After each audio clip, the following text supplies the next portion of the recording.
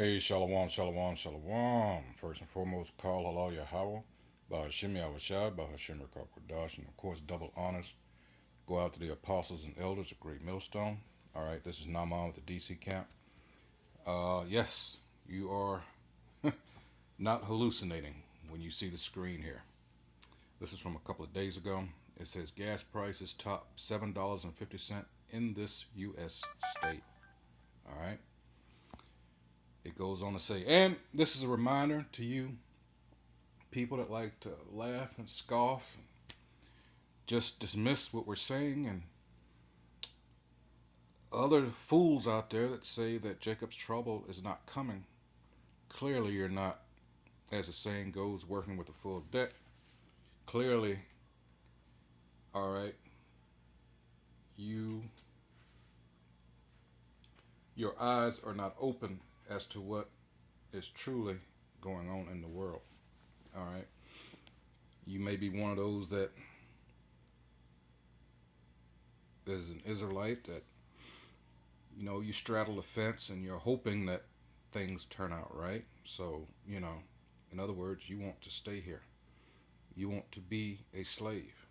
All right. Well, got bad news for you. Nope. See, the elites of this world know who we are, whether you want to acknowledge it or not. And they know that there's coming a time where they can't stave it off. So they're trying to hurry up and establish their new world order, hoping that they can either prolong or just stop prophecy from happening altogether, which we know that's not going to happen. Anyway, so like I said, here you are. This is Chevron. And it says gas prices are skyrocketing nationwide. Americans currently spend more on gas per gallon than they have in the last 7 years. But drivers in Central California could be spending the most. Had to be Cali. The only gas station in Gorda, California, priced 1 gallon of regular unleaded at $7.59. A gallon of premium topped out at $8.50. And for those of you that have any doubt, here are the pumps right here. $7.59 for regular, or $7.60 you might as well say, and then $8 for unleaded, and then you got $8.49 or $8.50 for premium. The average price per gallon across the Golden State is $4.50, still much higher than it is here currently by a dollar. It says Gorda, along the Big Sur coast in Monterey County, boasts a long-standing reputation for its pricey petroleum. Station owners posted signs alerting drivers the next nearest gas was about 12 miles south or 40 miles north. Damn. Not a lot of options in that, is it? The sticker shock hit much harder. Oh shit. When the Beachtown gas station charged $11.75 per gallon of regular in July 2019. The average price across the rest of the county was just $4.59. Damn, that's some serious price gouging there. He said only one state in the U.S., Oklahoma, still averages under $3 for a gallon of gas. By the weekend, we'll see no states with an average of under $3 a gallon. Gas Buddy analyst Patrick DeHaan tweeted, "It'll be the first time in over 2,500 days since that last occurred." DeHaan expressed no optimism that prices could dip before Thanksgiving, instead predicting a steady trend. All right, and here's his tweet there. All right, so we're going to flip to another article. Since you're not convinced, look at the shelves here. All right, Great Gutfield. As soon as it reloads, Salakia. Well, let's get a scripture while that's trying to load.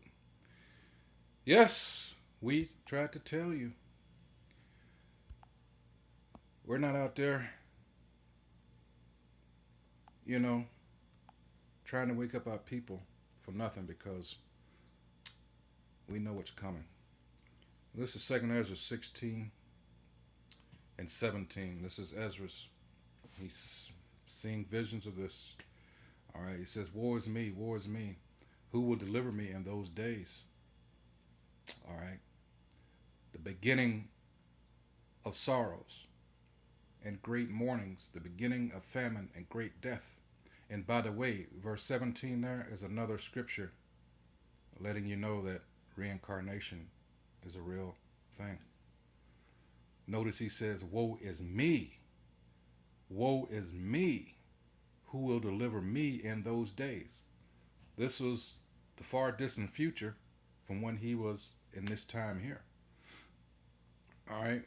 Again, the beginning of sorrows and great mournings, the beginning of famine and great death, the beginning of wars, and the power shall stand in fear, the beginning of evils, those bad times.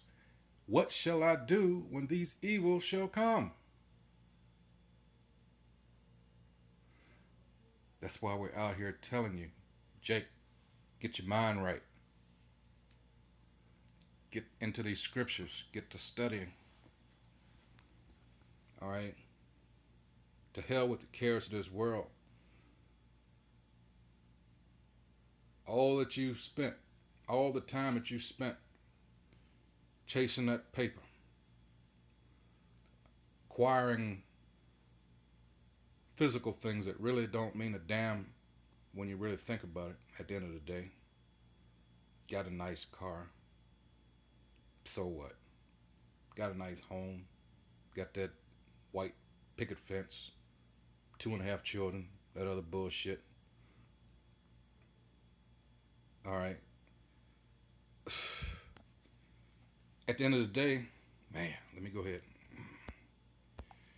At the end of the day, we are still in captivity. You really, oh crap, you really do not own anything in the strict sense of the word. All right? That's why this scripture is here. This is St. Matthew chapter 6 verse 20. It says, "But lay up for yourselves treasures in heaven, where neither moth nor rust doth corrupt, and where thieves do not break through nor steal." Simply put, all right, you have to be in that mindset. You know what? This is some bullshit. All right? Who is over you? Someone that hates you. All right?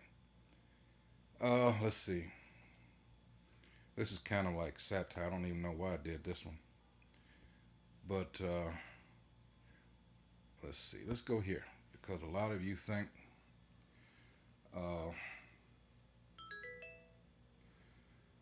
it's gonna pass. America always bounces back. Whatever. This is from Matt Lillywhite. It's from Newsweek, Newsbreak.com. And you can see what looks to be the typical Edomite expressing angst and worry and, what am I going to do next? It says experts warn global shortages could be permanent. This is from 10 hours ago. All right. The United States is currently facing one crisis after another. Boy, these prophecies are jumping off the pages. Ports are congested. And might I add, this is being done deliberately. Prices are spiking in grocery stores, and I'll explain that in just a sec. Also, empty shelves are becoming a common sight around the country. Everyone knows the supply chain chaos is getting worse.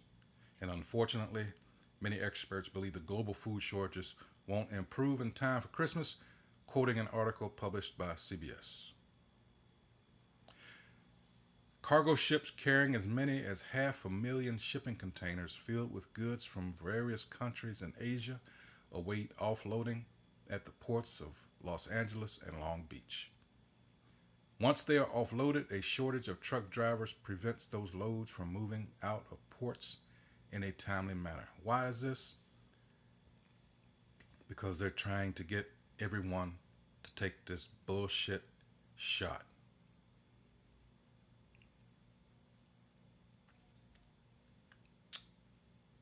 And the truckers saying, fuck it.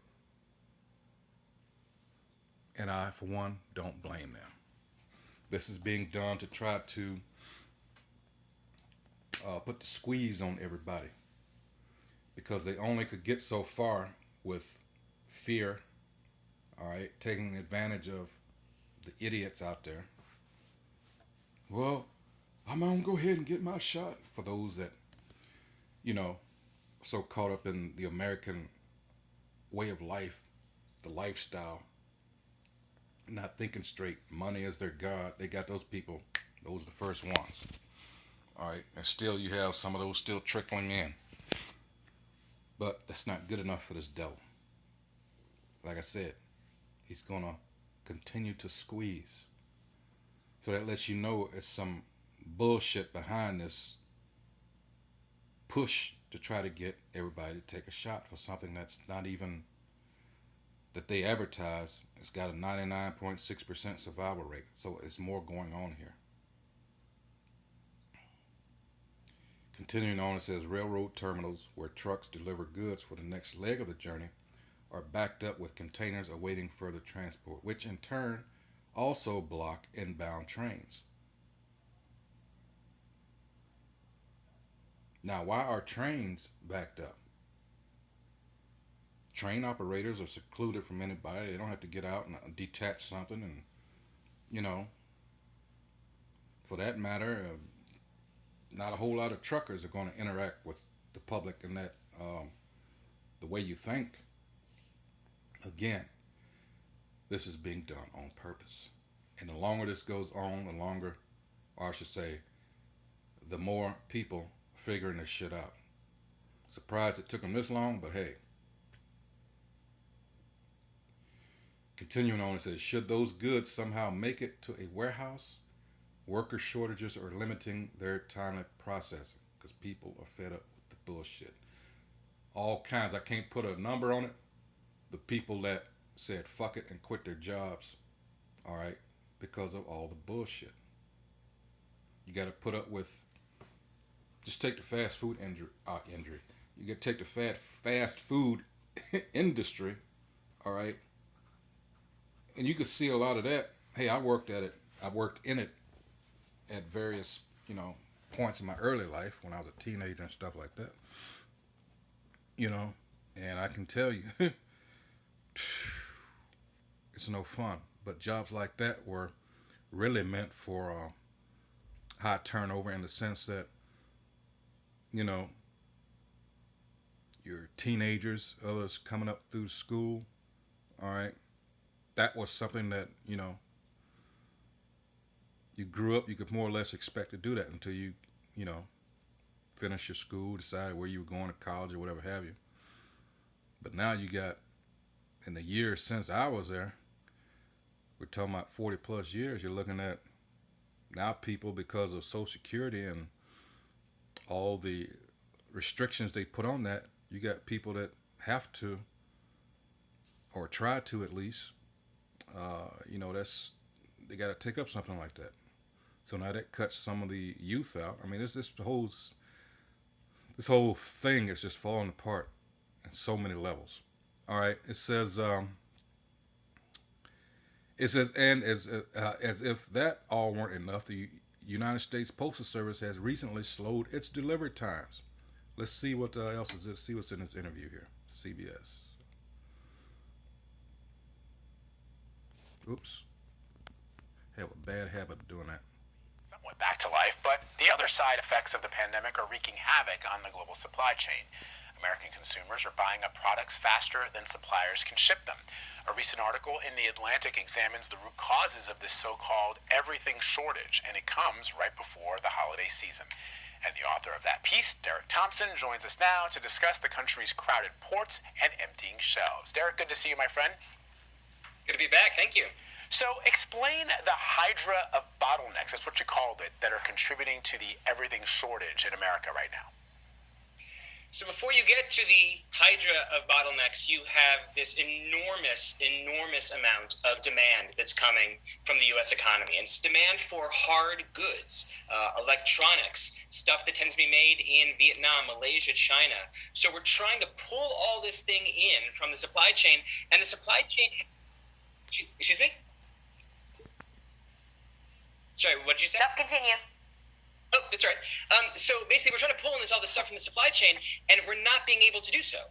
And so fundamentally, the problem here is that the demand is outstripping our capacity to pull all of these goods through the supply that we have. So what is that supply? Well, we have container ships that are bobbing off the coast of Los Angeles and Long Beach. We have trains that are backed up because you have all these containers in the Pacific Ocean. In addition to the rail that's backed up, we have a shortage of truckers, a 60,000 trucker shortage in the United States that pre-existed the pandemic but is now being exacerbated by it. And the way that's cashing out for consumers, or not cashing out for them, is exactly what you can see on the screen. You see that you go to your Walgreens and your CVS's, your pharmacies, your Walmarts, and the shelves are empty because all this stuff is stuck upstream. So it's two problems: lots of demand, and that's not entirely a bad thing, and not enough supply to meet that demand.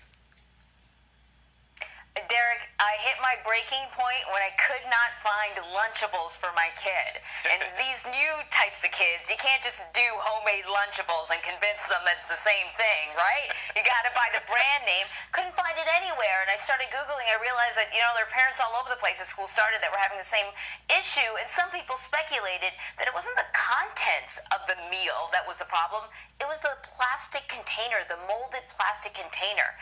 And so then I started reading about all these other sort of one-off shortages that are holding up whole products. And then on top of that, you have the issue with shipping containers.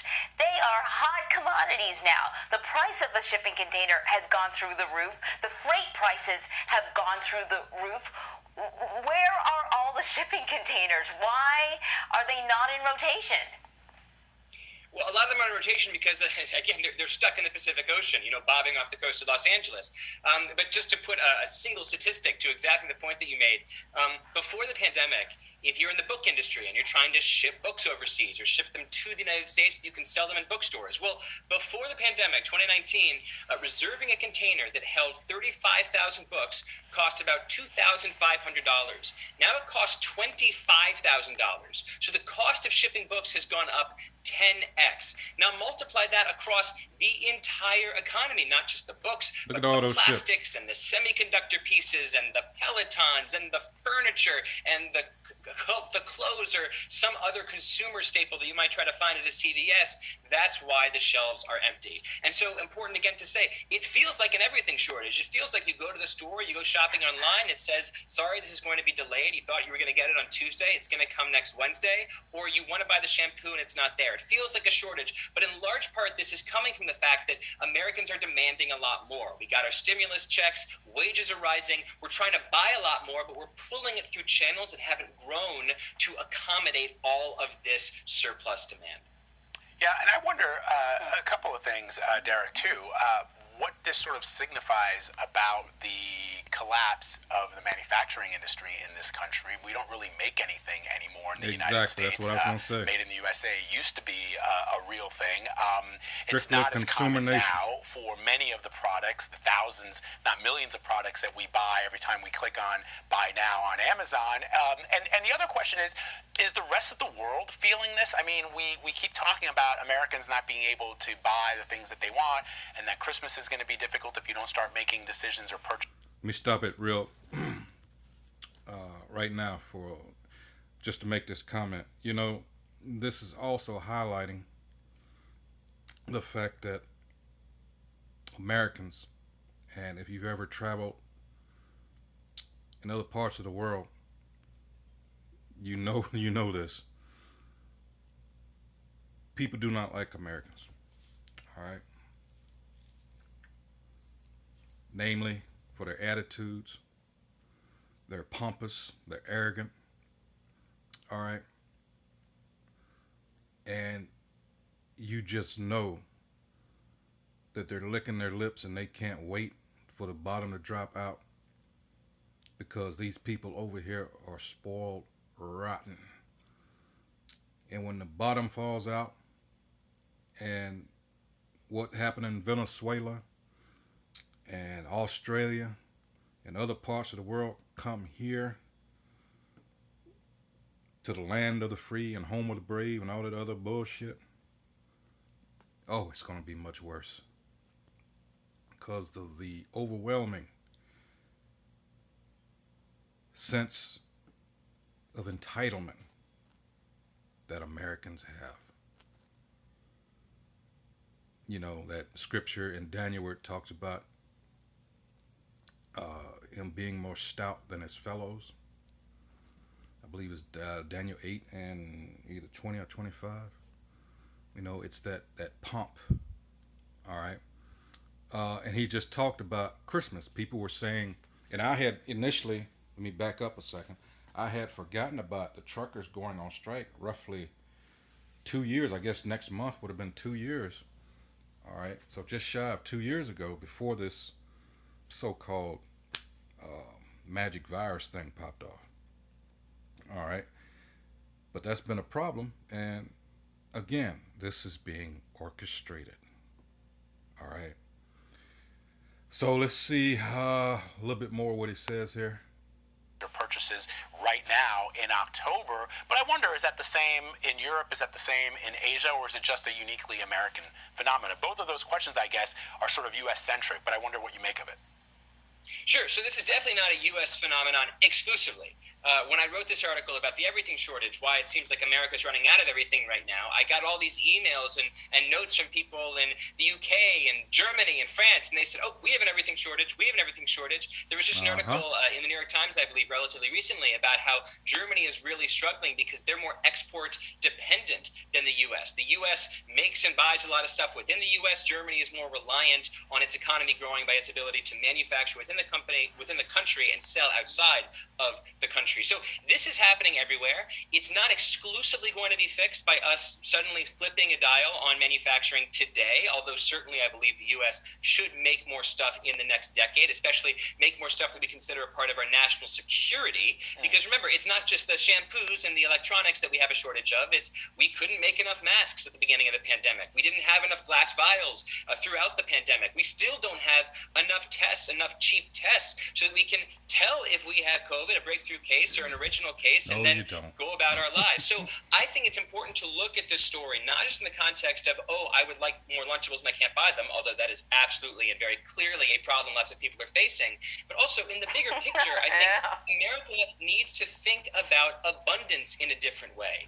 We shouldn't have shortages. We should have abundance. We should have a policy to make more and guarantee the production of more, everything that we deem essential to American life. And we just haven't had that strategy, I think, in the last few decades. It's been a strategy of offshoring and outsourcing. He, like most, thinks that your local politician, your elected official can fix this when this is being orchestrated from people way above their pay grades.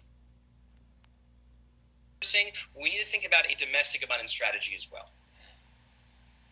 I think that's a great point. I will just have you know that if you had to look into the glassy, teary eyes of a 10-year-old when you explained that she was not getting the lunch that she wanted to, you would consider this a top notch. Yeah, and it's these same people, whether they're just, you know, they'll chalk what I said up to be conspiracy theory. But so far, what the conspiracy theories, so-called, have stated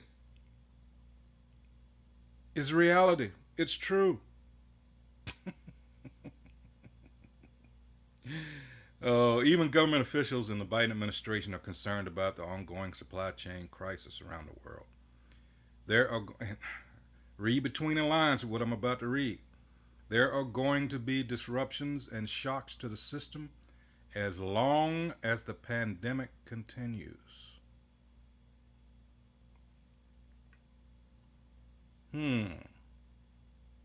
Which raises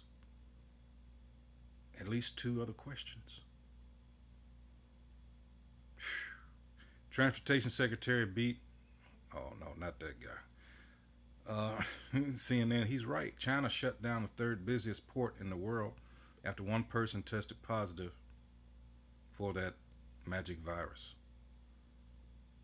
All right, which shows you what, just one person, and they're going buck wild over there and down there in Australia because 9 people died of it. Last I heard. Elsewhere around the world, I'm telling you, it's being orchestrated. This is what the elite bankers want, or the banksters. All right. Elsewhere around the world, companies are warning of further shortages due to the ongoing supply chain crisis. Quoting an article published by Bloomberg, retailers such as apparel chain H&M can't meet demand because of delivery delays. In the U.S., Nike cut its sales forecast after the magic virus triggered factory closures. In Vietnam, that wiped out months of production. And Bed Bath & Beyond stock plunged amid shipping woes.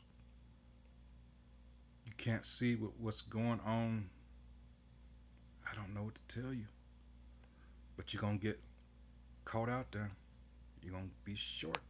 A record 100 ships sit waiting to enter just 2 California ports, and more are due to arrive in just a few days. Epic worldwide shipping crunch. Our new series, GMA Supply Solutions, looks at this supply chain strain affecting everything from holiday shopping to everyday goods and services. Lara, I know you have more for us. I do indeed, Robin. Good morning to you. And we have our GMA panel joining us with the lowdown on what's happening and the shopping strategies you should know about. ABC News Chief Business Correspondent Rebecca Jarvis, ABC News Consumer Correspondent Becky Worley, and GMA e-commerce editor Tori Johnson, all with us, the dream team to solve this for shoppers. I want to start with you, Rebecca. What is causing this? So this goes back a long time, Lara, back to the beginning of the pandemic when everything shut down. Factories all over the world weren't working, but Americans were sitting on their couches and they started shopping and they started buying so much stuff, and suddenly there was this giant backlog because factories hadn't created items, people weren't working, there weren't enough people to bring the items to our homes and to homes across the world, and now we find ourselves in the most important season of all. It is the holiday shopping season when we buy more stuff than ever. Not enough stuff has been created. It's sitting in those backlogs. You see those cargo ships Robin just talked about. It's waiting to get into stores, and there isn't enough of it as it stands. Right, so what should consumers expect moving forward? It's going to be a tough holiday season. A lot of big retailers like Target and Home Depot have commissioned their own cargo ships to bring this stuff from all over the world into their stores.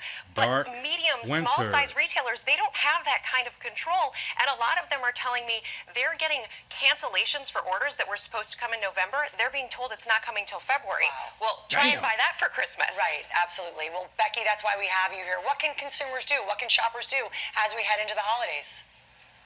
Well, Lara, if you've got to have it, let's start with how you find it. Many big chains like Best Buy, Target, they may be sold out of an item online, but remember, that's the stock they have in their online warehouse. Every store, though, is a mini warehouse. So the item you want could be sitting on a shelf somewhere. So first tip, use the tools on their website to select pick up in store and then just keep changing the location to see if it's anywhere around you. But a big caveat, before you drive a long distance, call to make sure the item is actually there. My feeling about website stock accuracy, it's a little like U.S. foreign policy in the 80s. Trust, but verify. Wow, nice reference there. Are there any items that are easier to get right now than others? Some that we should just say, you know what, forget it? Well, this time of year, it's all about tech and anything. You can watch that. I went about good halfway through. But, yeah. Let me finish up these scriptures here, and I'm going to call it because it's about 30 minutes. I didn't intended to go that far.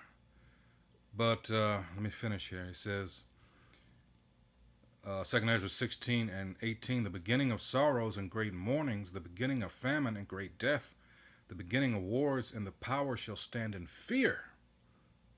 The beginning of evils, bad times, and what shall I do when these evils shall come? This is what Ezra is asking. Behold, famine and plague, tribulation and anguish are sent as scourges for amendment. Nobody's innocent here. All right? That's what it's telling you. But for all these things they shall not turn from their wickedness, nor be always mindful of the scourges. 21. Behold, victuals shall be so good cheap upon earth, that they shall think themselves to be in good case. And this was the case just couple of years ago. Things were so, oh man, everything was cheap. Life is good. Nope. Behold, victuals shall be so good cheap upon earth that they shall think themselves to be in good case. And that's the point. They thought it was. And even then shall evils grow upon earth, sword, famine, and great confusion. Again, jumping right off the pages. And still people can't see. 22, for many of them that dwell upon earth shall perish of famine. Worst way to go. And the other that escape the hunger shall the sword destroy. 23, and the dead shall be cast out as dung, and there shall be no man to comfort them, for the earth shall be wasted, and the cities shall be cast down. How often have you heard people say that the wrong place to be caught, the times that are coming, will be in the cities? Because these are going to be death traps. Oh, and you women.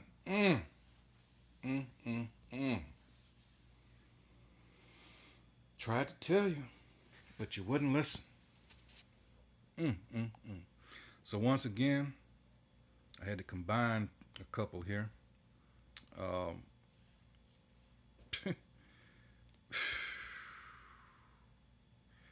We've been out there, you know, and it's going to become a case where we told you so.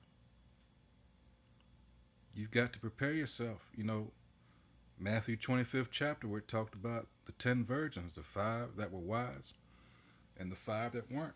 And at the last instant, where everything kicked off, they go and try to run and, you know, get that oil. And nope, too late. You know, all the scriptures, Matthew 24, Luke 17, where it warns you about, let me see, let me get it here. This is Luke, you know, as in the days of Noah. The same thing is happening here, all right? This is Luke chapter 17, verse 26. It says, and as it was in the days of Noah, as Noah, so shall it also be in the days of the Son of Man. They did eat, they drank, they married wives, they were given in marriage until the day that Noah entered into the ark, and the flood came and destroyed them all. Likewise also it was in the days of Lot. They did eat, they drank, they bought, they sold, they planted, they builded. But the same day that Lot went out of Sodom, it rained fire and brimstone from heaven and destroyed them all. Even thus shall it be in the day when the Son of Man is revealed. Hey, can't say nothing else. So with that, shalom. Get your mind right.